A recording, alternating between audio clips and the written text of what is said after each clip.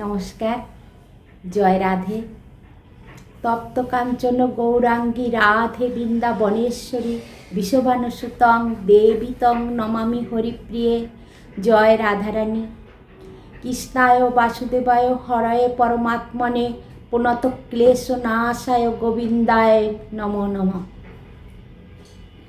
অজ্ঞানতিমিরান্ধস্য জ্ঞানঞ্জন শলাকয়া চক্ষুর্মিতং যেন তস্मै শ্রী গুরুবে নমঃ। জয় নিতাই। আজ আমরা 2026 সালের দ্বার প্রান্তে এসে গেছি। 25 সাল বিদায় নিতে যাচ্ছে। এই মুহূর্তে আমাদের 26 সালকে সুন্দরভাবে পরিচালিত করতে গেলে, মানে আমরা 26 সালে সুন্দরভাবে নিজেদেরকে পরিচালিত করতে গেলে আমাদের কি করতে হবে, আমাদের কোন পথে চললে আমরা একটু শান্তির দিকে যেতে পারবো বা ভক্তি জগতে অগ্রসর হতে পারবো, সে বিষয়ে আমি কিছু বলবো। আজ আমরা বিগত 25 সালে, যেটা প্রায় শেষ হয়ে আসছে, আমরা যে জরা ব্যাধি, তারপর দুঃখ কষ্ট সব কিছু নিয়ে দিন অতিবাহিত করেছি। হাসি আনন্দ সব কিছুই ছিল। কিন্তু 26 সালটা আমরা এভাবে একটু যদি আমরা রুটিনটা চেঞ্জ করি, আমরা যদি এভাবে ভাবি যে আমরা মানবিক হব, মানবতার হাত বাড়াবো, তাহলে আমাদের কি করতে হবে? আমাদেরকে হিংসা বিদ্বেষ পরনিন্দা পরচর্চা এগুলোকে বিসর্জন দিতে হবে। নতুন করে একটা রুটিন তৈরি করতে হবে, যেখানে থাকবে আমরা এগুলো থেকে সকাল থেকে রাত অবধি সচেতনভাবে চলব, এগুলো থেকে বিরত থাকব। তারপর আমরা যাতে ভক্তি জগতে আরও অগ্রসর হতে পারি, তা সেই হিসাবে আমাদের আমাদের জপ তপ নাম কীর্তন ভাগবত শ্রবণ পাঠ গীতা পাঠ এগুলো একটু বেশি করতে হবে। যার কারণে আমাদের এগুলো করলে কি হবে, আমাদের প্রারব্ধ যে কর্মফল আমরা ভোগ করব, আমাদের তো বহুবার জন্ম হয় বিভিন্নভাবে। এই আমরা জানি না যে আমাদের কবে মৃত্যু হবে, কখন হবে, এগুলো আমরা কিছুই জানি না। তাই আমরা প্রতিদিনই চিন্তা করব যে আমরা যখন তখন মারা যেতে পারি। তাহলে আমাদের ভক্তি জীবনে কি হবে? আমাদের ভক্তি জীবনে আমরা অগ্রসর হবার জন্য বারবার ফিরে আসতে হতে পারে, বা প্রারব্ধ কর্মফলের জন্য আমাদের বিভিন্ন ধরনের জীবজন্তু হয়েও বা পশু পাখি গাছ বিভিন্নভাবে আমাদের জন্ম হতে পারে কর্মফল ভোগ করার জন্য। এজন্য আমরা যদি ভাবি যে আমরা গোবিন্দের চরণ পাব এবং নিজেদেরকে ঈশ্বরের কাছে সমর্পণ করে দেব, বিষয় চিন্তা বাদ দেব। সংসারে থাকতে গেলে বিষয় চিন্তা আসবে, কিন্তু বিষয় চিন্তাকে আমরা কি করব? আদরে গ্রহণ করব না। আমরা গ্রহণ করব কাকে? আমরা গ্রহণ করব ভক্তিকে। ভক্তি দিয়েই ভগবানকে খুশি করা যায়। আমরা সব সময় আমাদের মাথায় একটাই চিন্তা থাকবে যে আমরা কাউকে কষ্ট দিব না। আর কষ্টের ফলে যে যদি কেউ আমাদেরকে অভিশাপ দেয়, ওটা তো আমাদের কর্মফলের ভিতর পড়ে যাবে এবং সেখান থেকে দেখা যাবে যে আমাদের আবারও পৃথিবীতে বারবার আসতে হবে।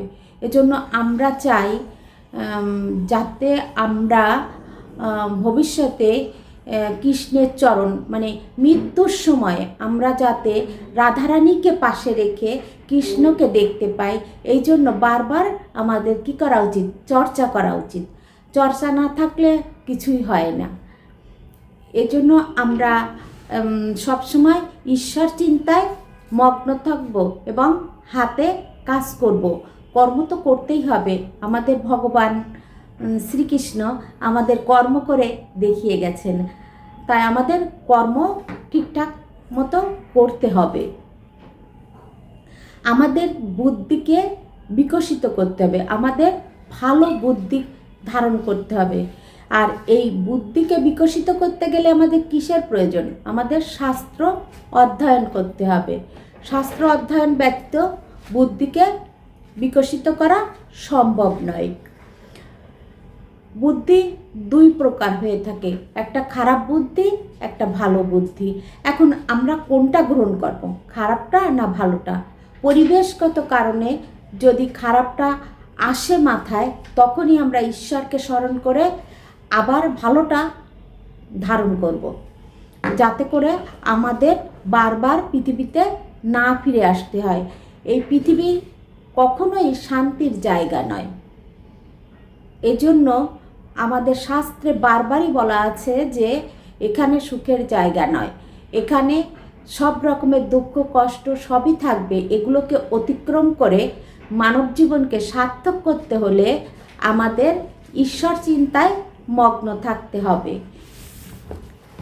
এখন পরমেশ্বর ভগবান, যিনি সব কিছুর আশ্রয় এবং যিনি মুক্তিদাতা, মুকুন্দ নামে খ্যাত, ভগবানের অনেকগুলো নাম আছে, তার ভিতর মুকুন্দ মানে মুক্তিদাতা উনি। সেই মুকুন্দকে মানে গোবিন্দকে আমাদের স্মরণে রাখতে হবে। তার পদপল্লব রূপ তরণীর আশ্রয় যিনি গ্রহণ করেছেন, তার আর কোনো চিন্তা নাই। তিনি সবসময় আনন্দেই থাকেন। তিনি অনায়াসে এই ভবসমুদ্র পার হতে পারবেন। তার কাছে এই ভবসমুদ্র গোসম্পদ তুল্য। হ্যাঁ, পরম পদ বা যেখানে জড়জাগতিক ক্লেশ নেই, অর্থাৎ বৈকুণ্ঠ হচ্ছে গন্তব্যস্থল। আমাদের চিন্তা চেতনায় সবসময় রাখতে হবে যে আমরা কি করে বৈকুণ্ঠে যাব। আর যদি আমাদের লক্ষ্য মানে ঠিক না থাকে, তাহলে তো আমাদের জীবনটাই এলোমেলো হয়ে যাবে। আমাদের আগে লক্ষ্য নির্ধারণ করতে হবে, আমরা কোথায় যাব? আমরা স্বর্গে যাব, না মর্তে বারবার ফিরে আসব, না বৈকুণ্ঠে যাব? এই জায়গাগুলো চিন্তা করে সঠিক পদক্ষেপ নিতে হবে। আমাদের অজ্ঞতার জন্য আমরা বুঝতে পারি না যে এই জড়জগতের প্রতি পদক্ষেপে দুঃখ দুর্দশা পরিপূর্ণ। তাহলে আমরা কি একদম অজ্ঞতার মধ্যে থাকি সবসময়। সংসারে থেকে পরিবেশের আশেপাশের মানুষ দেখে আমরা ভাবি যে আমার এটা নাই, ওটা নাই, আমার এটা করা উচিত। আরে এগুলো তো থাকবেই না, আমাকে তো একা এসেছি, একাই যেতে হবে। তাহলে আমার কর্ম আমি ভালো করি এবং আমি ঈশ্বরের নামধাম প্রচার করি, এটাই আমাদের লক্ষ্য হওয়া উচিত। কিন্তু অজ্ঞতার বশবর্তী হয়ে আমরা কি করি? আমরা অল্প বুদ্ধি সম্পন্ন লোকেরা মনে করি জাগতিক প্রচেষ্টার দ্বারা প্রকৃতির প্রতিকূলতায় নিরলস করে সুখী হব। কিন্তু সেটা কি সম্ভব? সম্ভব না। এই জড়জগতে কোনো জীবই জন্মমৃত্যু জরাব্যাধি আদি ক্লেশ থেকে রেহাই পেতে পারে না, কোনো জীবই পাবে না। কিন্তু যে মানুষ তার স্বরূপ উপলব্ধি করতে পেরে বুঝতে পেরেছে যে তিনি ভগবানের নিত্য দাস, আমরা কি? আমরা ভগবানের নিত্য দাস। তিনি তখন ভক্তিযোগের পথ অবলম্বন করে ভগবানের সেবায় নিজেকে নিয়োজিত করেন। তার ফলে তিনি বৈকুণ্ঠ লোকে উত্তীর্ণ হবার যোগ্যতা অর্জন করেন। নিজেকে সম্পূর্ণরূপে ভগবানের কাছে আত্মসমর্পণ করতে হবে, তাহলেই আমরা বৈকুণ্ঠ ধামে যেতে পারব। আত্মার স্বরূপ উপলব্ধি করতে পারার সঙ্গে সঙ্গে আমরা ভগবানের মহিমান্বিত স্বরূপ উপলব্ধি করতে পারি। আমরা প্রত্যেকটি জীবের ভিতর আত্মাকে দেখব, আত্মা কি? পরমাত্মার অংশ। তাহলে প্রত্যেকটা জীবকে আমাদের মূল্যায়ন করতে হবে। তাদের সেবায় এগিয়ে আসতে হবে। এগুলো না করলে মানব জন্মই বৃথা হয়ে যাবে।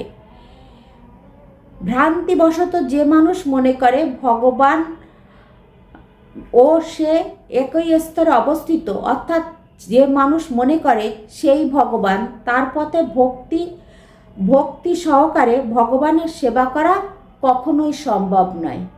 আমাদের আশেপাশে এখন নতুন নতুন ভগবান তৈরি হয়ে গেছে, যারা মনে করে নিজেদের ভগবান এবং মনে করে এবং তা বিভিন্ন রকমের শাস্ত্র বিরোধী কথা বলে মানুষকে বশীভূত করে। আসলে এটা ঠিক না, ভগবান তো ভগবানই। অহংকারের দ্বারা বিমূঢ় হয়ে সে নিজেকে সর্বকারণের কারণ বলে মনে করে জন্ম মৃত্যুর আবর্তে আরও গভীরভাবে নিমজ্জিত হয়।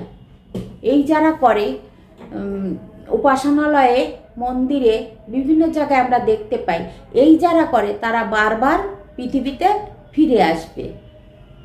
ভক্তিযুক্ত ভগবৎ সেবা ছাড়া আর কোনো উপায়ে জড়বন্ধন মুক্ত হয়ে বৈকুণ্ঠে উত্তীর্ণ হওয়া যাবে না।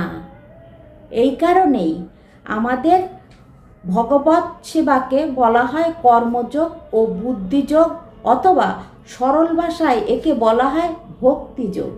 তাহলে আমাদের ভক্তি একমাত্র মুক্তি। তাই আসুন আমরা 26 সালে নতুন করে আমাদের চিন্তা এবং পরিকল্পনাগুলোকে ঈশ্বরের দিকে ধাবিত করি এবং সকল জীবের প্রতি অহংকার ত্যাগ করে, হিংসা বিদ্বেষ ত্যাগ করে আমরা মানবতার হাত বাড়িয়ে দিই, সবার সেবা করি, বিশ্বের সকল প্রাণী সুখী হোক, এই প্রত্যাশা রেখে আজ এই পর্যন্ত। রাধে রাধে।